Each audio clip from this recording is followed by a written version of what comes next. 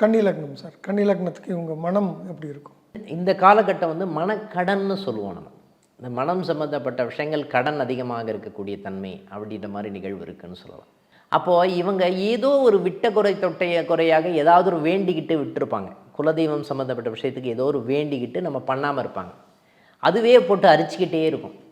மனம் வந்து இவங்களுக்கு கன்னியா லக்னம் போகும்போது மனமே 5ஆம் இடத்துக்குரியவன் சனி பகவான்னு சொல்லும்போது மனமே வந்து ஸ்லோவாக வேலை செய்யும். ரொம்ப ப்ராக்டிக்கலாக இருக்கும். ஆமாம், இருக்கும். ரொம்ப ஸ்லோவாக இருக்கும். அப்போது இந்த ஸ்லோவாக இருக்கும் பொழுது இவனுடைய மனம் சம்மந்தப்பட்ட விஷயங்கள் ஏதோ ஒரு பிரச்சனையை நோக்கியே போயிட்டே இருக்கும்னு சொல்லலாம். நிறைய பேருக்கு இந்த மனம் சம்மந்தப்பட்ட விஷயங்கள் வரும்போது டைரெக்டாக என்ன பண்ணுவாங்க, இந்த விஷயத்தை எல்லாமே வந்து பார்த்திங்கன்னா பெண்கள் கிட்ட காமிச்சிடுவாங்க. ஓகேங்களா? இந்த அழுத்தம் இருக்குமா அவங்களுக்கு இருக்கும்னு சொல்லலாம்.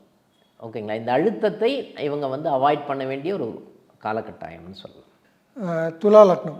துலா லக்னம் அப்படின்னு வரும்போது இவங்களுடைய மனசு எப்போவுமே வந்து சொத்து வாங்கணும்னு சொல்லுவோம். வீடு வாங்கணும், வண்டியை மாற்றணும், அது சம்மந்தப்பட்ட எண்ணங்கள் தான் அவங்களுக்கு மனசு ஃபுல்லாகவே ஓடும்னு சொல்லலாம். இப்போ இவங்களுடைய கனவுகள் எல்லாம் நிறைவேறுமா?